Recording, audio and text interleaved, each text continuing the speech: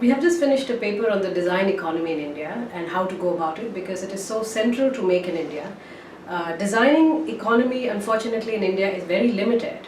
And we say this based on the data that we have from the World Intellectual Property Organization, which looks at the number of patents and industrial designs granted within each country, and looking at exactly what are the entities that are getting these patents and industrial designs within these different countries. So in terms of patent or design capacity, India is really just 3% of China and less than 2% of the US capacity. So it's really very low. If you consider industrial design, then India is less than 1% of China's and less than 6% of the US. So it's not just the magnitude of the design economy which is concerning, particularly because Make in India will, in the long run, very significantly depend on the design capacity. But it's also in terms of who are the entities that are getting this patents in India. More than 80% of all patents that are granted in India are really going to foreign firms. They're not going to Indian entities, which is a reflection of not just the existing capacity, but also over the long run, what is going to be the movement of design economy.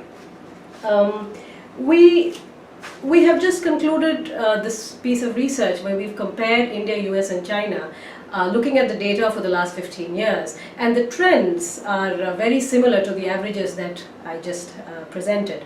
So what are the big recommendations in terms of how do we go about making fundamental changes?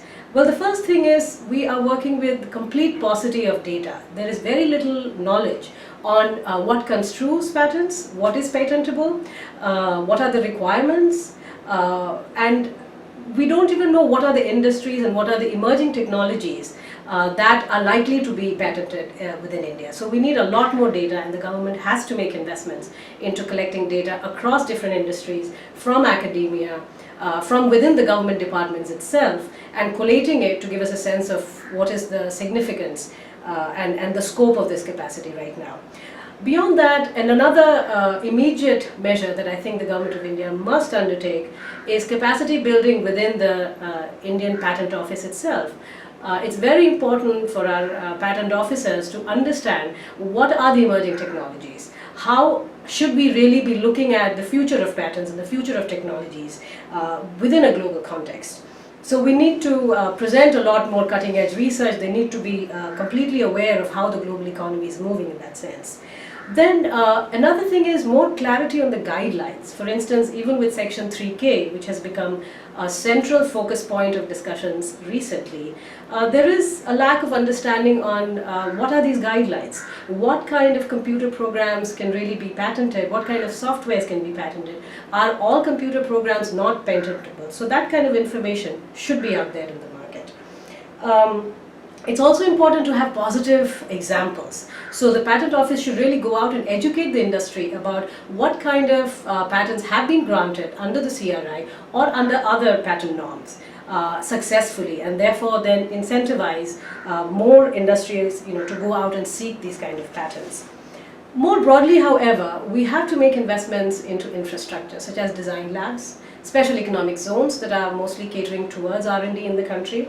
Another area which tells us about the capacity in the long run is the status of R&D professionals within the country.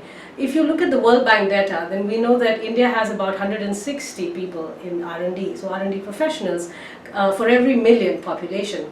This is very, very less compared to even an emerging country like Brazil. Brazil has about 710 R&D professional every million population. China has about 900. The US, of course, has more than 4,000. So there is a huge discrepancy, even in terms of capacity for design moving forward. And this is, I think, the heart of this Design in India initiative. We really have to think very hard about how to create that collaboration between academia, industry and the government, and foster these collaborations which can lead to an environment where a lot more design capacity can actually lead to sustained growth in the long run.